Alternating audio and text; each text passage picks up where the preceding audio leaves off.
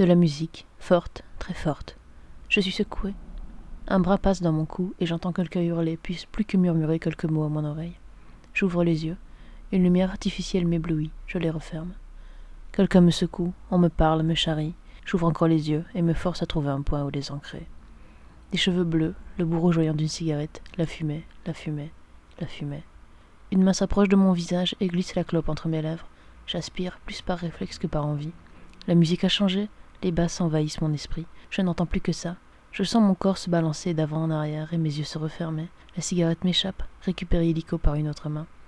À ma gauche, le garçon hurle encore des choses dans mon oreille. Je tourne la tête vers lui.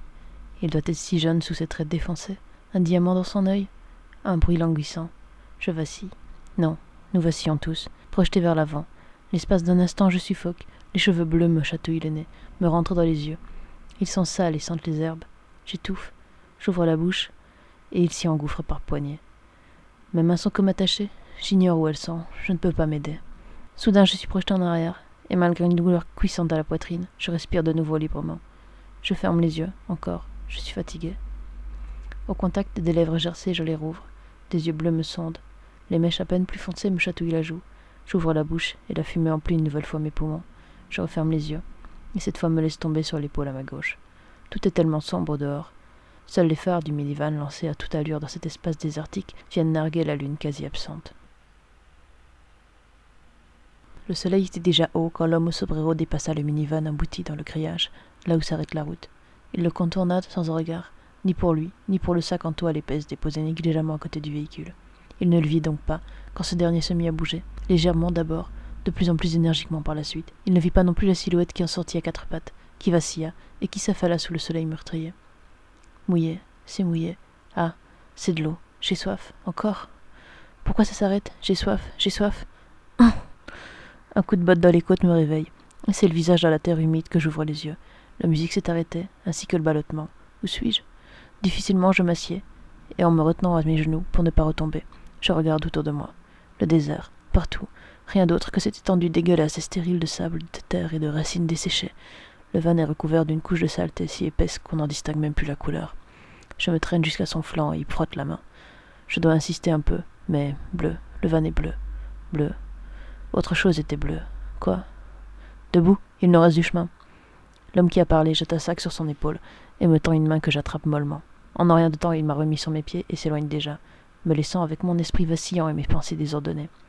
Il se retourne et m'appelle. Mécaniquement, je me mets en marche, et tel un zombie, traînant les pieds. Je le suis le long de ce grillage qui semble ne jamais vouloir s'arrêter. Derrière nous, le van et ses potentiels occupants se font de plus en plus petits. Qui aurait cru qu'un simple grillage arrêterait ainsi sa folle course de la nuit passée? Tout l'après-midi, nous marchons. Souvent, je m'arrête ou je tombe. À chaque fois, l'homme crie sur moi, ou fait demi-tour et me donne à boire. Quelques gouttes à peine. Sa gourde est presque vide, et j'ignore si nous sommes encore loin de quoi que ce soit. Lui marche toujours avec la même volonté. Son dos est comme un mirage inaccessible après lequel je cours en vain. Quand enfin un bâtiment se dessine au loin, je n'y crois d'abord pas. Comment un bâtiment si grand peut-il se trouver au milieu de nulle part? Mais plus qu'au milieu, c'est sur les comptoirs de nulle part que nous nous sommes égarés. Nous dépassons des pick-up garés n'importe comment, des chevaux attachés, tout droit sortis d'Austin Spaghetti et attendant nonchalamment des cow-boys venant de quelques dimensions parallèles.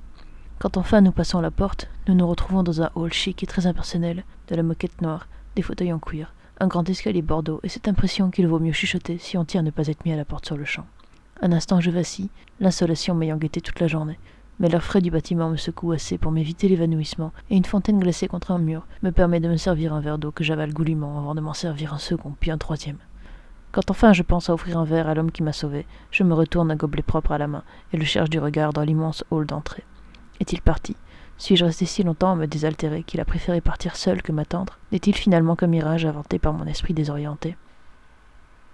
Quoi qu'il en soit, je ne le vois nulle part. Je n'ai plus que moi, et si je veux passer la nuit dans cet endroit, je vais devoir ruser. Dans mes poches, rien d'autre que de la poussière, et je ne porte rien de valeur sur moi. Je dois trouver un moyen de me faire héberger à l'œil. Autour de moi, plusieurs groupes de 4 à 6 personnes se sont formés. Pour la plupart, ils ne semblent même pas m'avoir remarqué. Je les observe, espérant trouver une faille, une solution. La nuit d'hier me semble vieille de plusieurs années. Mais d'ailleurs, était-ce bien hier? Soudain, un visage me semble familier, puis un second, et un troisième même. Ce petit groupe, prêt à franchir une porte au fond du hall, je le connais. Je m'élance vers eux. Ils vont pouvoir m'aider, au moins jusqu'à demain. Je me retrouve enfin face à eux, et je veux les saluer. « Hé !» commence, avant de me rendre compte que si moi je les connais, la réciproque est plus qu'improbable. J'ai en face de moi un des groupes de rock les plus célèbres du moment, et aucun d'eux n'a l'air particulièrement intéressé par ma personne. Un gorille s'interpose entre eux et moi. Les autres personnes ont disparu. Si je ne tente rien, je dormirai très certainement à la belle étoile cette nuit, et je me ferai dévorer par le désert lui-même. À moins que la soif ne me tue avant lui. N'ayant donc rien à perdre, je leur raconte mon histoire, rapidement, en quelques mots, ce que je sais me concernant en tout cas, donc finalement pas grand-chose, ignorant jusqu'à mon nom, et ce que je fais ici, je ne sais finalement leur raconter que les 12 dernières heures de ma vie, et pas dans leur intégralité. Ils n'ont pas l'air très intéressés, je les ennuie sûrement, je ne peux pas vraiment les en blâmer, je leur demande un passe pour la nuit, un accès aux coulisses pour voir le concert. Ils sont bien ici pour un concert. Ils tournent les talons, je m'affole, leur promets diverses choses, ils font s'en aller. Quand sur un coup de tête, le bassiste me propose un deal. Je les impressionne, et j'obtiens ce que je demande. Je n'ai qu'à les impressionner. Qu'à les impressionner. Impressionner ? Merde. Comment je peux les impressionner à froid, dans cet endroit, sans rien sur moi ? Il ne me reste finalement qu'une seule chose à tenter. La magie. Je me frotte les mains un instant.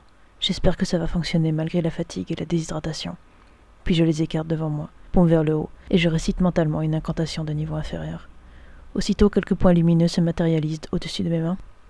Bien vite, d'autres les rejoignent. Quelques couleurs, du bleu, du rouge. Elles se mélangent en un violet foncé, et les étoiles viennent s'y incruster. Le tout se forme petit à petit. La vie naît entre mes doigts. Des soleils, des planètes, quelques nébuleuses. Une petite galaxie se forme au centre du cercle que nous formons désormais. Les membres du groupe semblent impressionnés. L'un d'eux tente d'intercepter une étoile filante, mais elle lui brûle la main en la percutant. Je maintiens le micro-univers quelques minutes encore, puis le fais disparaître d'un claquement des mains. L'exercice n'est pas très demandeur en énergie, mais dans mon état, je sens que je ne tiendrai pas beaucoup plus longtemps. En tout cas, ça a fonctionné. Ils sont tous les 5 très enthousiasmés par ma démonstration, et je gagne ainsi mon laissez-passer pour le concert, l'after, toute la nourriture et la boisson que je peux vouloir. La boisson, l'alcool, le reste aussi. Le volume est démentiel, je bouge avec la foule, le chanteur hurle des paroles, et je ferme les yeux en me laissant bercer par la masse. Le bruit, les vibrations, l'excitation. La sueur perle sur mon front, dans mon dos. La chaleur est intense. Je suis dans la fosse, au balcon, au premier rang, au dernier. Je danse au son des notes, me déhanchant, hurlant, me balançant. Je suis sur scène, dansant avec lui. Je suis dans la foule, huée et griffée par les groupies. Je bouge, je change de place. Je me déplace plus vite que je ne le devrais. Je me souviens, mais pas du tout. La sueur, les larmes, le sang, tout est flou. Je rejette ma tête en arrière, je hurle, je me fais mordre, griffer. Le sang bat dans mes tempes. Mes mains sont poisseuses. Il chante et je crie. L'univers tourne au-dessus de nos têtes. La mienne va exploser. Soudain le calme. Est-ce que je dors ? Non. J'ouvre les yeux. Tout est sombre. Une odeur de cigarette froide embaume la pièce. Mes yeux sont collés. Je les frotte. Mes cheveux sont gras. Mon corps empli des excès de la veille. Je me lève du sofa que j'occupais et j'enjambe une fille à la jupe trop courte qui dort à même le sol. Je vacille, vidé de mes forces, jusqu'à la fenêtre que j'ouvre en grand. La chaleur étouffante du désert me percute aussitôt de plein fouet, et je referme la fenêtre aussi vite que mes membres empâtés me le permettent. De l'après-concert, je ne me souviens de rien, et la vision d'apocalypse que j'ai en me retournant vers la pièce ne m'aide en rien. Des filles et des garçons étendus un peu partout, des bouteilles vides sur les tables, le sol, et même sur l'unique armoire de la pièce. Des détritus partout, des meubles renversés. Je ne me souviens d'aucun d'eux, le groupe a disparu. Ils ont dû dormir dans de vrais lits, eux. Envie de prendre une douche, de me débarrasser de ces odeurs d'abus en tout genre. Je me frotte les yeux, encore une fois, et remarque que mes doigts sont teintés de rouge. Ça, la batterie qui résonne dans ma tête, et mes muscles endoloris, me font supposer que je n'ai pas abusé que de l'alcool la nuit dernière.